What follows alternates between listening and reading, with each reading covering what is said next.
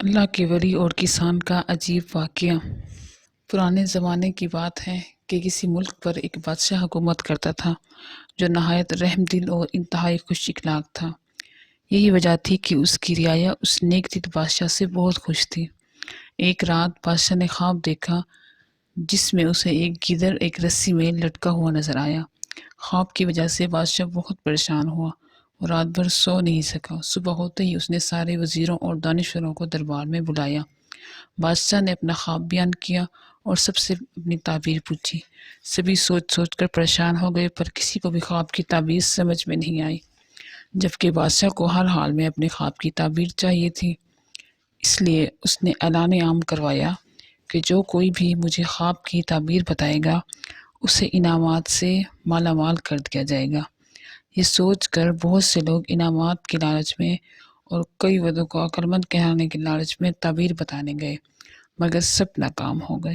ایک غریب کسان جسے کسی وڈیرے کی زمین پر کام کرتے ہوئے کافی عرصہ گزر چکا تھا، لیکن اس کا قرض ختم ہونے کا نام ہی نہیں لے رہا تھا۔ سارا منافع تو ظالم وڈیرا ہی کھا جاتا۔ سال ہر سال محنت کرنے کے باوجود کسان کی وہی بھوک اور بدحالی برقرار تھی۔ اس نے سوچا کہ کیوں نہ قسمت آزمائی جائے اور بادشاہ کو اس کی خواب کی تعبیر بتائی جائے۔ کسان خوش ہو کر بادشاہ سلامت انعام سے نواز دے کر صبح ہوتے ہی غریب کسان شاہی محل کی طرف چل پڑا۔ چلتے چلتے راستے میں اس کی نظر ایک سفید پوش بزرگ پر پڑی جو ایک سایہ دار درخت کے نیچے بیٹھے ہوئے تھے۔ کسان نے آگے بڑھ کر انہیں باادب انداز میں سلام پیش کیا اور اپنے آنے کا مقصد بیان کیا۔ بزرگ نے تحمل سے اس کی بات سنی اور بتایا کہ یہ تو ایک معمولی بات ہے، تم وعدہ کرو کہ انعام میں جو رقم تمہیں ملے گی اس کا آدھا حصہ مجھے بھی دو گے، تو پھر میں تمہیں بادشاہ کے خواب کی تعبیر بتانے کے لیے تیار ہوں۔ کسان نے وعدہ کر لیا۔ اس بزرگ نے خواب کی تعبیر بتاتے ہوئے کہا، گیدڑ فریب اور چالاکی کی علامت ہوتا ہے۔ اس کا رسی پر لٹکنا اس بات کو ظاہر کرتا ہے کہ ملک میں فریب اور دھوکے بازی بڑھتی جا رہی ہے، اس لیے بادشاہ کو ہوشیار ہو کر رہنا پڑے گا۔ کسان سیدھا بادشاہ سلامت کے دربار میں آیا اور اسے خواب کی تعبیر بتائی۔ بادشاہ کو خواب کی تعبیر پسند آئی اور خوش ہو کر کسان کو مالا مال کر دیا۔ سارا مال سمیت جب وہ واپس آیا تو اس نے سوچا کہ کیوں نہ میں سارا مال اکیلا ہی ہڑپ کر جاؤں۔ بزرگ کو اس کا مال کا آدھا حصہ نہیں دیا تو کیا کر لے گا۔ اس سوچتے سوچتے وہ اپنے گھر پہنچ گیا۔ کچھ عرصے بعد بادشاہ کو خواب میں اپنے اوپر ایک باریک دھاگے سے تلوار لٹکتی ہوئی نظر آئی۔ خواب دیکھ کر بادشاہ پھر پریشان ہو گیا۔ آخر اس نے کسان کو قاصد بھیجا کہ وہ بادشاہ کی اس خواب کی تعبیر بتائے۔ کسان یہ بات سن کر پریشان ہو گیا اور مجبور ہو کر دوبارہ سفید پوش بزرگ کے پاس جا کر منت سماجت کر کے خواب کی تعبیر پوچھی۔ بزرگ نے اسے خواب کی تعبیر بتائی کہ تلوار جنگ کی تیاری کی علامت ہے، جس کے لیے بادشاہ کو ایک اچانک حملہ ہو جانے کی تیاری کرنا پڑے گی۔ آخر میں بزرگ نے دوبارہ اپنا آدھا حصہ مانگا اور کسان نے حامی بھر لی۔ کسان بادشاہ سلامت کے دربار میں پہنچا اور خواب کی تعبیر سنائی، جسے سن کر بادشاہ بہت خوش ہوا اور پہلے کی طرح کسان کو انعامات سے نوازا۔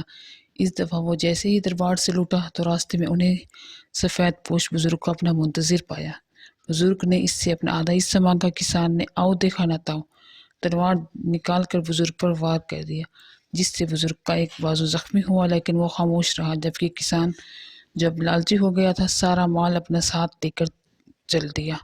اتفاق سے بادشاہ کو پھر تیسرا خواب نظر آیا، جس میں اسے ایک ذبح کی ہوئی بکری نظر آئی۔ بادشاہ نے دوبارہ قاصد بھیجا اور کسان کو طلب کیا، پیغام دیا کہ آ کر میرے خواب کی تعبیر بتاؤ کہ اس خواب کا کیا مطلب ہے۔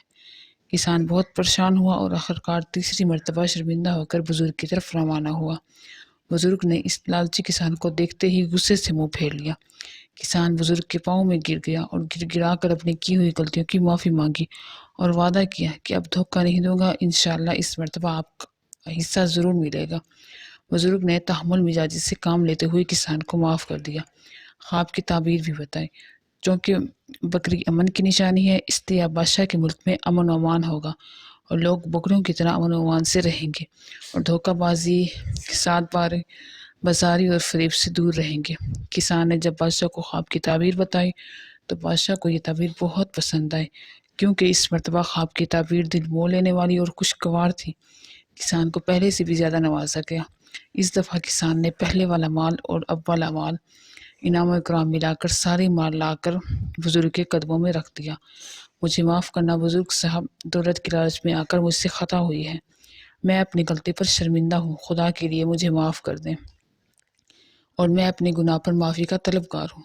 یہ ساری دولت اپنے پاس رکھ لیں اور معاف کر دیں۔ میں توبہ کرتے ہوئے وعدہ کرتا ہوں اب زندگی اب کبھی کسی کو دھوکہ نہیں دوں گا اور دولت کی لالچ میں آ کر کسی کا دل نہیں دکھاؤں گا، اپنے اوقات نہیں بھولوں گا اور نہ ہی غرور و تکبر کروں گا، مجھے معاف کر دیں۔ بزرگ جو بہت پہنچے ہوئے درویش تھے نہایت نرمی سے بولے، حقیقت میں آپ کا کوئی قصور نہیں، کیونکہ جب پہلی بار آپ میرے پاس آئے تھے تو اس وقت ملک میں فریب اور مکاری کا دور تھا، اس لیے آپ بھی ٹھگ نکلے۔ دوسری بار بھی آپ نے میرے اوپر اس لیے حملہ کیا کہ اس وقت سارے ملک میں خون ریزی پھیلی ہوئی تھی، ہر کوئی ایک دوسرے کے خون کا پیاسا تھا، مطلب کہ ملک میں فتنے کا دور تھا۔ اب تو ہر جگہ امن و امان قائم ہے، لوگ ایمانداری اور امن کی زندگی گزار رہے ہیں، اور تمہیں بھی تو اس ظالم وڈیرے سے نجات مل گئی ہے، اس لیے تم ایمانداری سے مجھے میرا حصہ دینے چلے آئے۔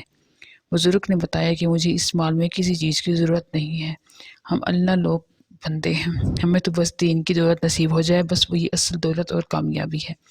کسان اپنے آنسو پونچھتے ہوئے بزرگ سے مؤدبانہ انداز میں بولا، بزرگ جی میرے لیے کوئی نصیحت فرمائیں۔